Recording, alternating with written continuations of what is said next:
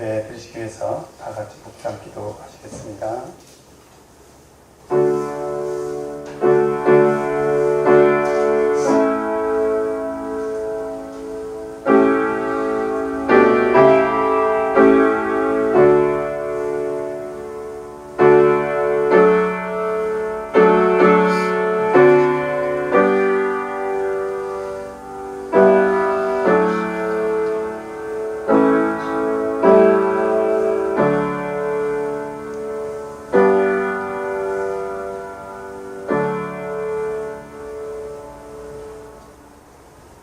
할렐루야, 아멘.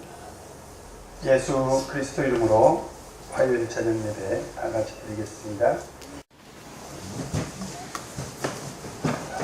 할렐루야, 예수 그리스도 이름으로 하나님 말씀 증거하겠습니다. 먼저 하나님 말씀 사도행전 1장 1절에서 5절 말씀, 사도행전 1장 1절에서 5절 말씀 제가 봉독해 드리겠습니다. 사도행전 1장 1절에서 5절 말씀 제가 봉독해 드리겠습니다.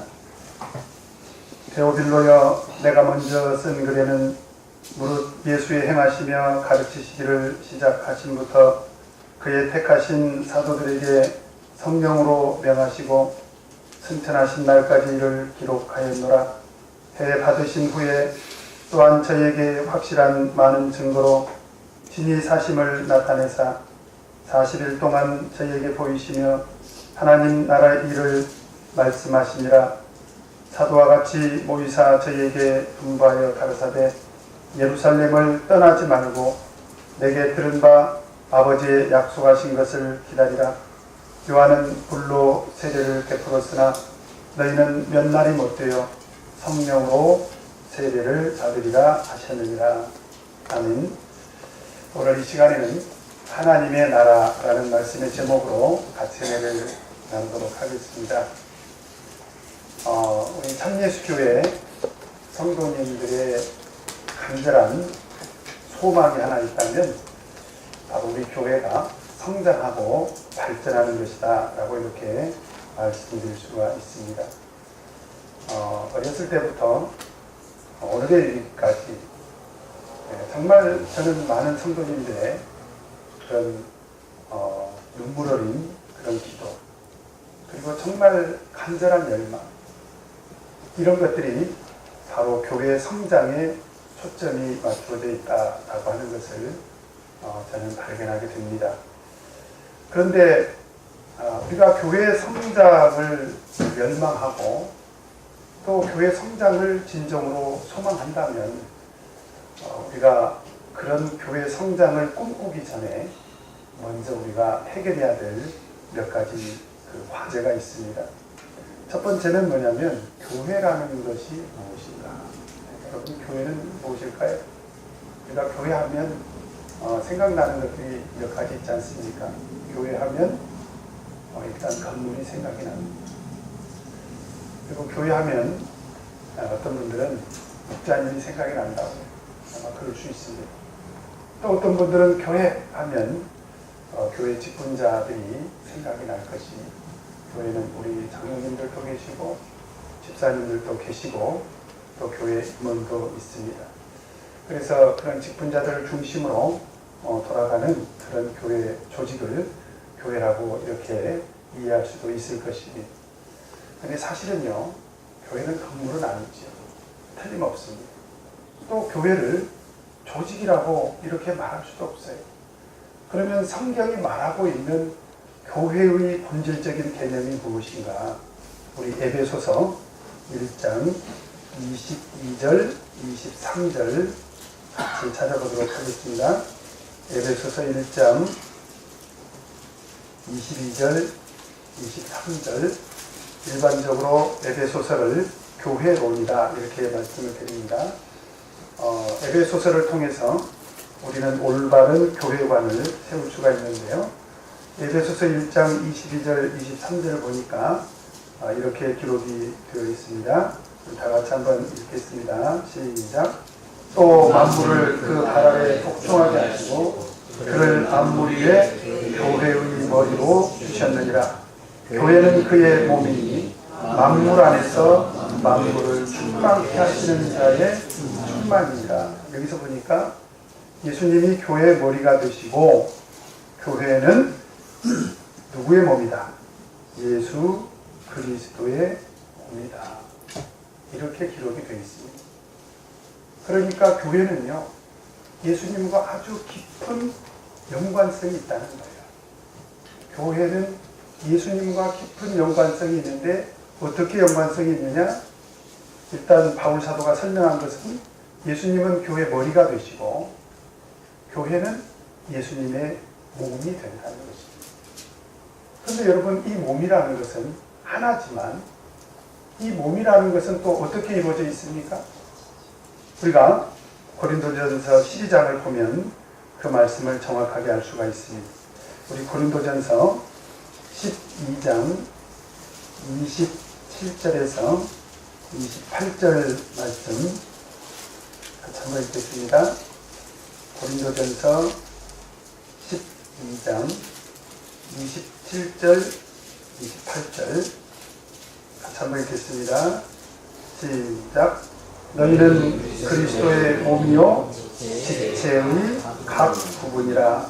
하나님이 교회 중에 그랬습니다. 여기까지 읽겠습니다. 지금 너희는 그리스도의 몸이다. 이것은 28절에 보니까 하나님의 교회를 말하고 있는 거죠. 틀림없죠? 그런데 우리 하나님의 교회인 예수 그리스도의 몸이 무엇으로 구성이 되어져 있다? 바로 지체들로 구성이 되어 있다라고 하는 것입니다. 그래서 고린도전서 1장 2절에서는 교회를 이렇게 정의를 내리고 있습니다. 자, 우리 고린도전서 1장 2절 같이 한번 읽겠습니다. 시작. 고린도에 있는 하나님의 교회 곧 그리스도 예수 안에서 거룩하여지고 성도라 부르심을 입은 자들과 또 각처에서 우리의 주 곧 저희와 우리의 주 되신 예수 그리스도의 이름을 부르는 모든 자들이라고 되어 있습니다. 정리합니다. 교회는 누구의 몸이라고요? 예수님의 몸이고, 예수 그리스도의 몸이고, 예수님의 몸은 무엇으로 이루어져 있다? 지체들로 이루어져 있고, 그 지체들을 고린도전서 1장 2절에 보니까 하나님의 교회 그랬습니다. 하나님의 교회. 지금 우리 한국 땅에 있는 그런 하나님의 교회를 말하는 게 아니라 여기서 말하는 것은 교회 정의를 말하고 있는 거예요. 교회라는 곳이 어떤 곳이냐? 곧 그랬습니다. 그리스도 예수 안에서.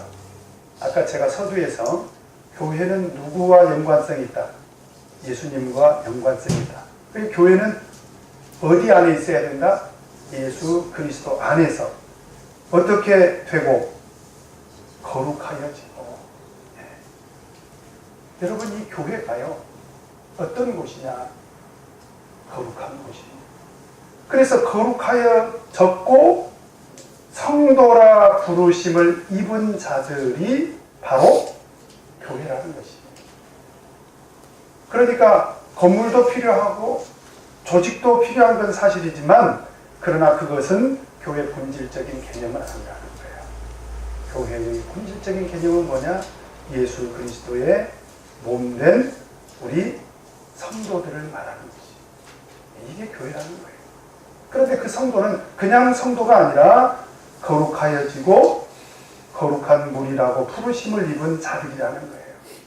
그래서 원어에는 교회라는 말은 에클레시아라고 되어 있습니다. 에클레시아. 에클레시아라는 말은 뭐냐? 하나님이 불러서 거룩하게 된 사람들을 말하는 거예요. 하나님이 불러서 거룩하게 해서 구원받은 사람들을 바로 에클레시아라고 합니다. 그래서 어떤 교회에서는요, 교회라는 말을 쓰지 않고 회중이다. 회중.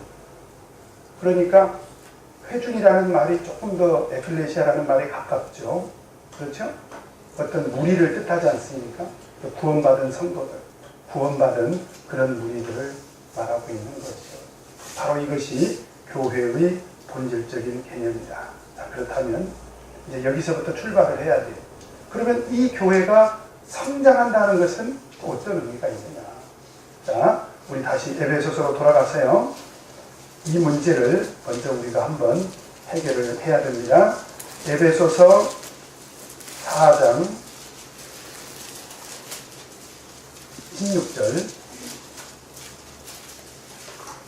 교회가 성장한다는 것은 뭐냐?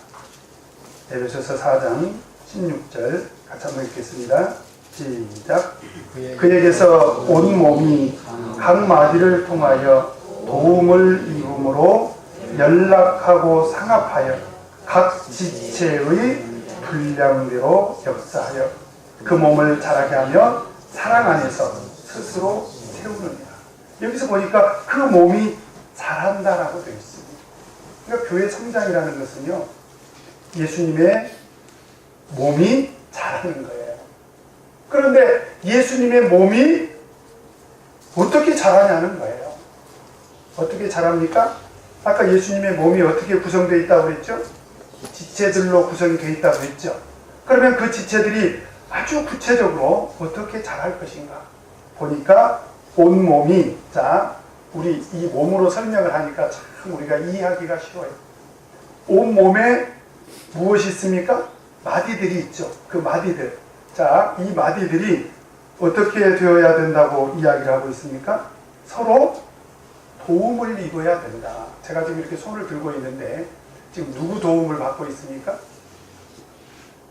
이렇게 손을 들고 있는데 누구 도움을 받고 있어요? 팔의 도움을 받고 있잖아요. 팔이 안 도와주면 이 손이 이렇게 올라갈 수 있어요, 없어요? 있습니까, 없습니까? 그리고 제가 이렇게 지금 손가락을 움직이고 있는데 이 손가락 움직이는 건 누가 도와줘야 되는 거야? 뇌에서 신경물질이 전달을 해야 돼요. 얘야, 손아, 움직여라. 그래가지고 이 뇌에서 전달한 신경물질이 이 뇌에서부터 쫙 전달이 돼서 이렇게 움직이는 거예요. 그러니까 이 손이 잘나서 움직이는 게 아니라, 어떤 사람은 손이 참 이쁘게 움직인다고 그러는데 그건 손이 잘나서가 아니라 이 손이 움직일 수 있도록 지금 누가 도와주는 거예요? 온 지체들이 도와주고 있는 거예요. 뿐만 아니라 연락하고 상합하고 있다. 연락이라는 것은 연결되어 있어야 된다는 거예요. 여러분 잘 보세요. 잔인한 얘기지만 이 손가락이 딱 끊어져 버렸다. 그러면 얘는 나예요, 내가 아니에요. 이런 얘기하면 어떤 분들은 목사님 접합 수술하면 돼요. 네, 그러면 나겠죠. 그런데 이게 딱 떨어져 버리면 그때부터는 얘는 내 지체가 될 수 있어요, 없어요? 없죠. 만약에 어떤 사람이 떨어져 버린 것을 고이 집에 간직하고 있다가 저게 뭐예요? 그러니까 저게 나예요. 그게 말이 됩니까? 이미 다 죽어버린 거죠. 그렇죠? 연결되어 있어야 된다는 거예요. 그 다음에 상합이라고 하는 게 뭐냐? 상합. 이것은요, 서로 연합해야 된다는 거예요. 언젠가 제가 곤충의 세계를 다큐멘터리를 본 적이 있습니다. 근데 벌이요, 여러분들 벌이 참 집을 예쁘게 지지 않습니까? 근데 제가 보면은 이 벌이 집을 어떻게 짓냐면 정확하게 이렇게 오각형으로 해서 이런 식으로 집을, 이건 사각형이 되거든요. 육각이에요. 하나, 둘, 셋. 오각형 맞네. 오각형 맞죠? 그런데 이렇게 오각형씩 연결을 해가지고, 벌이 육각형이? 벌집이? 그렇습니까? 이제 그렇다고 치고. 하여튼, 그게 벌집을 하나하나 이렇게, 너무나도 정확하게 이게 집을 짓지 않습니까? 그런데 곤충학자들이 관찰을 해보니까요, 벌 한 마리가 죽었다 깨나도 평생을 노력을 해도 집 이 하나를 못 만든대요. 벌 한 마리로는 죽었다 깨나도 못 만든다는 거예요. 여러분, 인간은 혼자 열심히 노력하면 집 하나 만들 수 있어요, 없어요? 있죠. 그런데 벌 한 마리는 평생을 노력해도 절대로 집 하나를 못 만든답니다. 그러면 어떻게 만들 수 있는가? 벌들이 모여가지고 서로 상호작용에 의해서 만들어진대. 상호작용.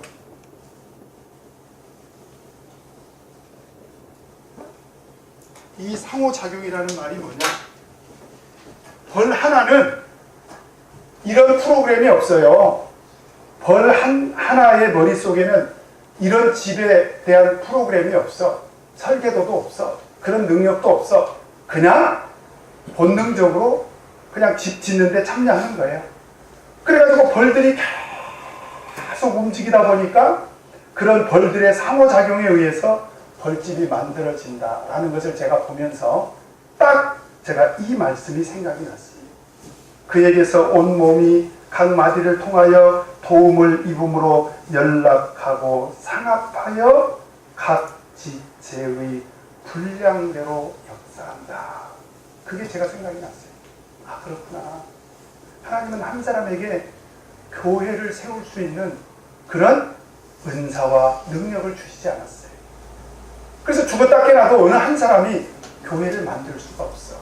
그런데 지체된 우리 성도들이 서로 각마디를 통해서 도움을 입고 연락하고 상합해서 각 지체가 분량대로 역사하면 어떻게 된다?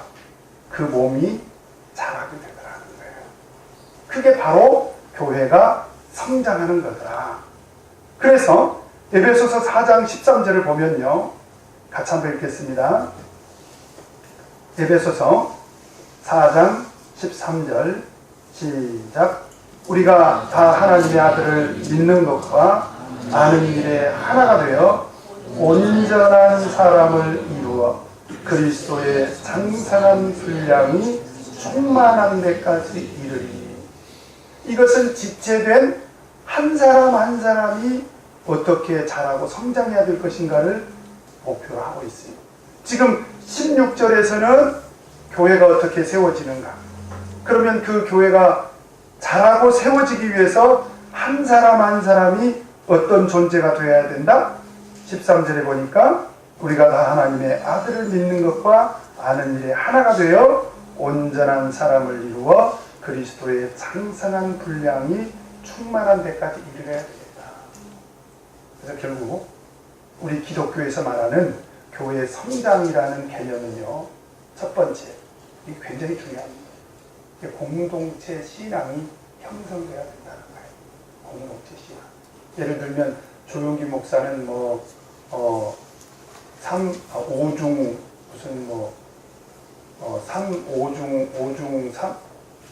무슨 복인가 무슨 그런 복음을 만들었지 않습니까? 그건 조용기 목사의 복음이 있죠. 그런데 우리 참예수 교회는 바로 공동체 신앙이 형성돼 있어야 된다. 그랬을 때 우리는 교회가 성장할 수 있다. 그 다음에 두 번째 뭐냐? 두 번째는 한 사람 한 사람이 장성해야 된다는 거예요. 한 사람 한 사람. 그 다음에 또 한 가지가 있습니다. 우리 3장 16절 한번 보도록 하겠습니다. 3장 16절 같이 한번 읽겠습니다. 시작. 그 영광의 풍성을 따라 그의 성령으로 말미암아 너희 속사람을 능력으로 강건하게 하옵시며. 장성한 분량이 되려면 어떤 과정을 통해서 한 사람 한 사람이 장성한 분량이 충만한 데까지 이룰 수 있느냐. 여기서 보니까 속사람을 능력으로 강건하게 해야 된다. 다시 말하면 우리 신앙이라고 하는 것은 어떤 외형적인 것을 갖추는 그런 기독교가 아니라는 거예요. 그게 아니라 속사람을 강건하게 하는 것이다.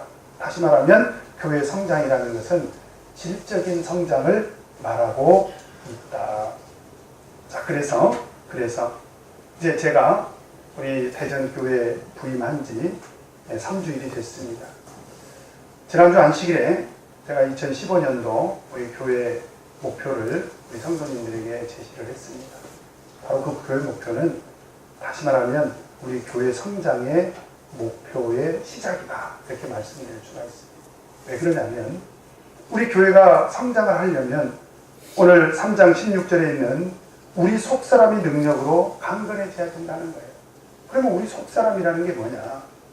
우리 속사람이라는 것은 이렇게 들여다보면 보이는 게 아니라 바로 우리 속에 있는 하나님의 형상을 말하는 거예요. 우리 갈라디아서 4장 19절 한번 보도록 하겠습니다. 갈라디아서 4장 19절. 자, 오늘은 좀 성경 구절을 몇 구절 좀 많이 찾아보도록 하겠습니다. 갈라디아서 4장 19절 같이 한번 읽겠습니다. 시작. 나의 자녀들아, 너희 속에 그리스도의 형상이 이루기까지 다시 너희를 위하여 해산하는 수고를 합니다. 이 그리스도의 형상에 대해서 베드로후서 1장 4절에서는 신의 성품이다. 그래서 이 그리스도의 형상이나 신의 성품은요, 한마디로 말할 수가 없어요. 이건 신의 세계입니다. 이건 굉장히 비밀한 개념이고, 이것은 하나님의 성품을 품는 사람만이 느끼고 깨달을 수 있는 그런 개념이에요. 이것은 과학자가 연구할 수도 없고요, 대학 교수라고 해서 아는 것이 아닙니다. 이것은 영적인 세계에 관한 거죠. 그래서 교회 성장이라는 것은 근본적으로 영적인 개념이라는 것을 우리가 알아야 돼요. 그래서 우리 눈에 보이는 것은 아니다. 어떤 사람들은 교회가 성장하려고 한다면 예배 인원이 많아져야 된다. 저도 거기에 동의해요. 예배 인원이 많아져야지 적어도 되겠습니까? 또 어떤 분들은 교회가 헌금도 늘어야 된다. 저도 거기에 동의해요. 헌금이 늘어야 우리가 하나님 나라를 위해서 많은 사업을 할 수가 있지 않겠습니까? 그런데요, 아무리 생각해봐도 그것이 교회가 성장했다라고 하는 증거는 될 수가 없더라. 거기에는 제가 동의할 수가 없어요. 그러면 어떻게 되는 것이 교회가 성장하는 거냐? 영적으로 성장해야 된다는 거예요. 그러려면 첫 번째로 우리가 영성이 회복돼야 되겠다. 그래서 오늘 이 시간에는 이제 우리가 영성 회복을 목표로 어떻게 하면 하나님께서 이 땅에 세우신 말세의 참예수 교회를 통해서 우리가 반드시 교회 성장을 이룰 것인가 라고 하는 것을 이제 오늘 이 시간부터 시작해서 우리 사도행전을 공부하면서 같이 배우도록 하겠습니다. 우리 먼저 사도행전 1장 1절에서 2절까지 말씀 같이 한번 읽겠습니다. 사도행전 1장 1절에서 2절까지 같이 한번 읽겠습니다. 시작. 데오빌로여, 내가 먼저 쓴 글에는 오른 예수의 행하시며 가르치시기를 시작하신부터 그의 택하신 사도들에게 성령으로 명하시고 승천하신 날까지를 기록하였노라. 여러분, 이 말씀은요, 누가복음 1장에도 보면 똑같이 있어요. 그러니까 누가복음과 사도행전은 서로 저자가 같다라고 하는 것을 알 수가 있죠. 사도행전은 누가 지었을까요? 누가가. 누가 지었느냐? 누가가 지었습니다. 그래서 어떤 사람들은 사도행전은 누가 후서다. 그래서 누가복음은 누가 전서요, 사도행전은 누가 후서다. 이렇게 말하기를 합니다. 그 다음에 2절에 보니까 그의 택하신 사도들이라고 등장하죠. 그래서 많은 사람들이 사도행전이라고 이렇게 이름을 붙였는데 바로 사도들이 등장하기 때문에 그렇고요. 그 다음에 2절에 보니까 성령으로 명하시고 승천하시는 날까지 이를 기록했다. 어떤 책이요? 사도행전이. 그래서 사도행전의 별칭은 바로 성령행전이다 라고도 이렇게 말씀드릴 수가 있습니다. 그래서 이 사도행전을 통해서 우리가 이제 배워야 되는 굉장히 중요한 것들이 있는데요. 그게 뭐냐? 우리 참예수 교회의 설립의 배경이 사도행전과 관계가 있습니다. 그래서 우리 우리 참예수 교회에 슬로건이 항상 있죠. 우리 참예수 교회는 어디 교회로 돌아가자라고 합니까? 사도교회로 돌아가자. 근데 사도교회 모습은 어디에 기록이 되어 있습니까? 사도행전에 기록이 되어 있죠. 그래서 사도교회가 이룬 바로 하나님의 나라와 교회 성장의 모습을 우리가 사도행전을 통해서 배우자는 것입니다. 자, 그렇다면 사도교회의 시작과 마지막은 어떻게 이루어졌을까? 우리 3절 한번 읽어보도록 하겠습니다. 3절 같이 한번 읽겠습니다. 시작. 해 받으신 후에 또한 저희에게 확실한 많은 증거로 진이 사심을 나타내사 40일 동안 저희에게 보이시며 하나님 나라 일을 말씀하시니라. 여기서 보니까 굉장히 중요한 단어가 하나 등장을 합니다. 예수님께서 40일 동안 저희에게 보이시며 나타내시면서 하신 말씀이 어디 나라 일을 얘기했다? 하나님 나라 일을 얘기했다. 사실은 사도행전의 주제는요, 하나님의 나라 건설입니다. 하나님의 나라를 건설하는.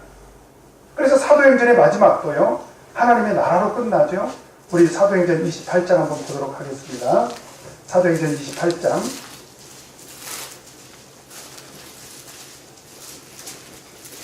31절 같이 한번 읽겠습니다. 시작.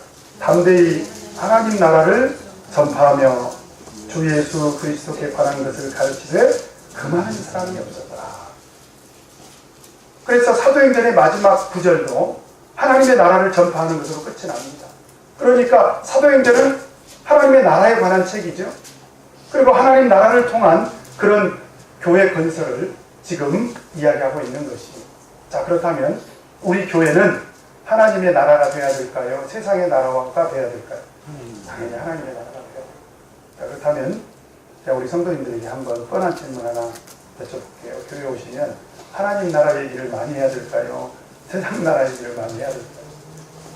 제가 어디 교회라고는 말씀 안 드리겠지만 제가 어디 교회에서 목회할 때는요, 안식일이면 참 슬픈 생각이 들어요. 일주일 내내 세상에서 살았지 않습니까? 근데 그분은 좀 정치에 관심이 많으신 모양입니다. 교회 와가지고 식사하시면서부터 새누리당이 어쩌고 새정치민주연합이 어쩌고 박근혜가 어쩌고 문재인이가 어쩌고 안철수가 어쩌고 시작해가지고 밥 먹고 나서 커피 마시면서도 그 얘기하고, 네? 그냥 계속 정치 얘기를 하는 거예요. 물론 그분이 정치에 개인적으로 관심이 있는 것은 제가 어떻게 할 수가 없습니다. 근데 문제는 교회에 와서 그 얘기를 하니까 저는 문제라는 거예요. 일주일 내내 세상에 파묻혀서 세상 일에 그렇게 많은 열정을 쏟다가 이제 그래도 하루 정도 교회 왔으면 교회 와서는 하나님의 나라 얘기를 해야 되지 않겠습니까? 그런데 사실은 그것은 비단 그분만의 문제는 아니었던 것 같아요. 왜냐하면 우리가 성경을 보면 예수님의 제자들도 비슷했습니다. 우리 6절에서 1장 6절에서 8절 한번 보도록 하겠습니다. 시작. 저희가 모였을 때에 예수께 묻자와 가로되 주께서 이스라엘 나라를 회복하심이 이때리니까 하니 가라사대 때와 기한은 아버지께서 자기의 권한에 두셨으니 너희의 알 바 아니요 오직 성령이 너희에게 마시면 너희가 권능을 받고 예루살렘과 온 유대와 사마리아와 땅끝까지 이르러 내 증인이 되리라 하시니라. 예수님의 제자들도요, 세상 나라에 대한 그런 미련이 있었던 것 같아요. 그래서 예수님께서 이제 막 하늘로 승천하시기 직전에 예수님 발을 붙들고 예수님 가시기 직전에 답을 달라는 거예요. 어떤 답을 달라는 거예요? 이번에 대통령 선거에서 누가 당선되겠냐. 그죠? 네, 세상 나라에 대한 관심이 있었어요. 그들은 그때 당시에 로마의 압제를 받고 있었지 않습니까? 그래서 이스라엘 나라가 다시 로마로부터 해방이 되는 그런 소망을 갖고 있었던 것 같아요. 그래서 예수님 가시기 전에 좀 가르쳐 주세요. 그러니까 예수님께서 뭐라고 말씀하십니까? 때와 기한은 아버지께서 자기의 권한에 두셨으니 너희의 알 바 아니라. 뭐 그런 일로 그렇게 관심을 합니다. 오직 너희는 성령님 하시면 예루살렘과 온 유대와 사마리아 땅끝까지 이르러 내 증인이 되라. 이렇게 말씀을 하십니다. 결국 오늘날 구원받은 성도들의 사명은 어디에 있는가? 세상 나라에 있는 것이 아닙니다. 사실 우리는 이 세상 나라를 위해서도 얼마나 많은 충성을 하고 있습니다. 뭐 세상 나라가 유지되기 위해서는 저는 불가피하다고 생각을 합니다. 우리 성진 형제도 곧 이제 군대를 가려고 하지 않습니까? 우리가 세상 나라에 속한 국민으로서 이 국가를 지키기 위해서 군대를 가는 것은 저는 마땅하다고 봐요. 그런데 그것이 우리 신앙의 목표는 아니라는 거예요. 그렇죠, 성진 형제? 군대 가는 게 신앙의 목표는 아니에요. 그러면 우리 신앙의 목표는 뭐냐? 하나님 나라를 지키는 것이. 성진이 형제 알았죠? 네, 우리가 군대 가는 것보다 더 중요한 건 뭐예요? 우리 하나님의 나라인 대전교회를 지키는 것이 훨씬 더 중요하다. 자, 그러려면 우리는 이 하나님 나라를 지키기 위해서 어떤 신앙을 추구해야 되느냐, 간단하게 세 가지 말씀드리도록 하겠습니다. 우리 4절, 5절 같이 한번 읽겠습니다. 시작. 사도와 같이 모이사 저희에게 분부하여 가라사대 예루살렘을 떠나지 말고 내게 들은 바 아버지의 약속하신 것을 기다리라. 요한은 물로 세례를 베풀었으나 너희는 몇 날이 못되어 성령으로 세례를 받으리라 하셨느니라. 그렇게 되려면요, 첫 번째로 예루살렘을 떠나지 말라는 거예요. 예루살렘 중심적인 그런 신앙생활을 해라. 그런 얘기인데요. 사실은 이 말씀이 주는 의미가 좀 특별합니다. 우리가 잘 생각해야 돼요. 왜냐하면 예수님께서 마가복음 16장 15절에 너희는 온천하에 다니며 그랬잖아요.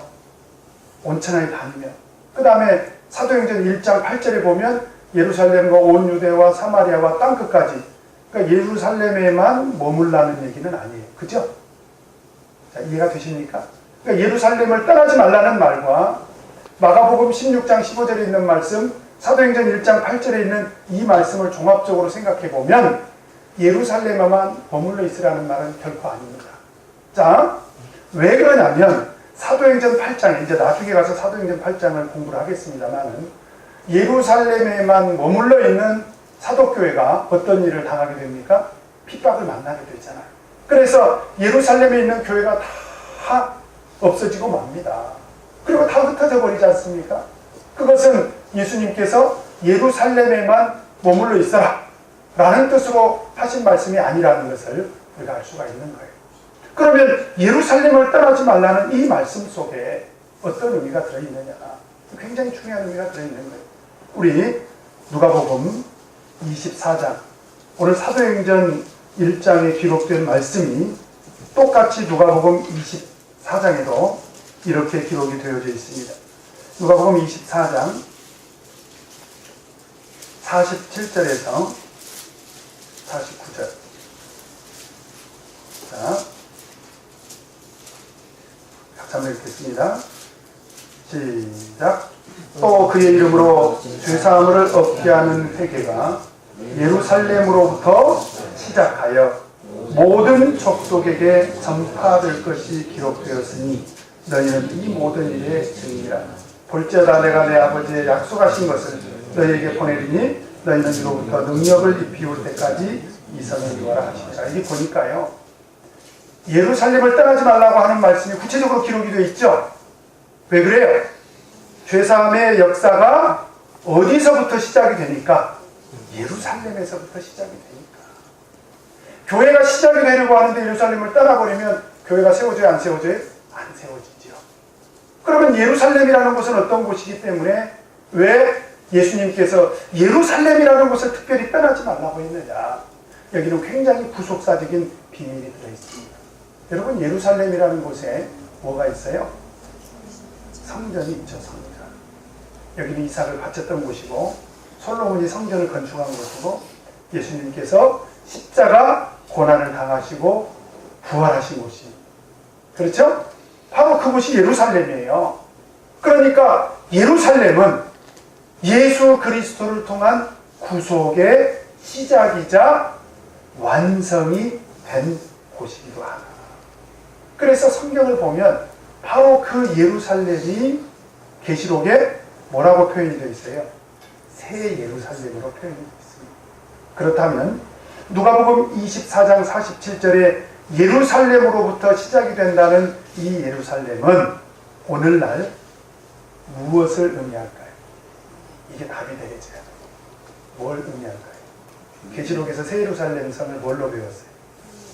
이게 교회죠. 그러니까 다시 말하면 예루살렘을 떠나지 말라는 말씀은 무엇을 떠나지 말라는 말과 동일하다. 왜? 죄사함의 역사가 어디로부터 시작이 되니까?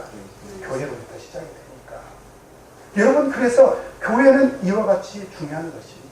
그러니까 예수님께서 그때 당시 예수님을 따르던 무리들에게 너희들은 예루살렘을 떠나지 말라고 한 것은 이 구원의 역사가, 죄사함의 역사가 예루살렘, 즉 교회를 통해서 시작이 될 것이기 때문에 떠나지 말라고 한 거예요. 그런데 우리가 성경을 자세히 보면 굉장히 흥미로운 기록이 하나 발견이 됩니다. 우리 고린도전서 15장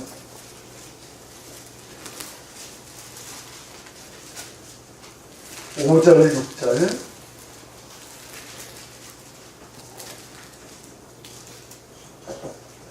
같이 한번 읽겠습니다.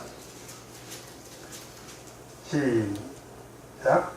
게바에게 보이시고 후에 12 제자에게와 그 후에 500여 형제에게 일시에 보이셨나니 그 중에 지금까지 해방이나 살아있고 어떤 이는 잠들었으며. 자, 여러분 여기서 굉장히 중요한 숫자가 하나 등장을 합니다. 6절에 보니까 500여 형제에게 일시에 보이셨다. 그렇죠? 자, 예수님이 부활하시고 베드로에게도 나타나시고 12 제자에게도 나타나셨다.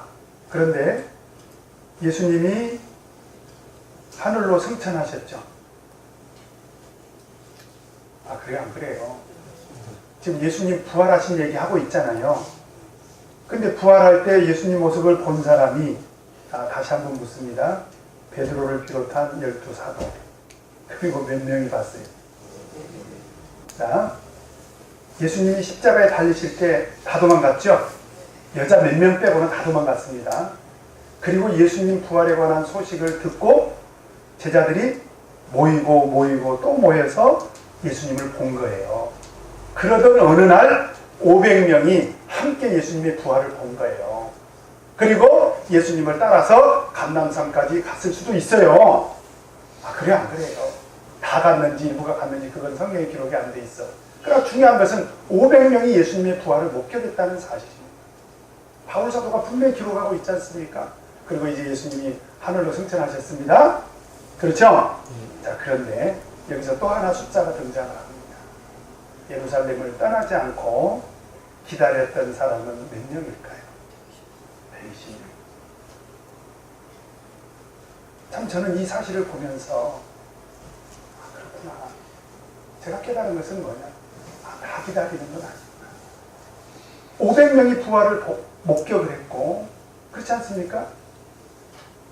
그래요? 안 그래요? 500명이 예수 그리스도의 부활을 목격을 했는데, 우리가 생각할 때는 예수님의 부활만 내가 목격을 했어도 나는 신앙을 저버리지 않겠다. 이럴 정도로 예수 그리스도의 부활은요, 엄청난 사실입니다. 그런데 500명이 예수 그리스도의 부활을 목격했음에도 불구하고 결국 오순절 다락방에서 성령 강림을 체험했던 사람은 몇 명밖에 안 된다. 120명밖에 안 된다. 그러면 대략 숫자로 봤을 때 몇 명이?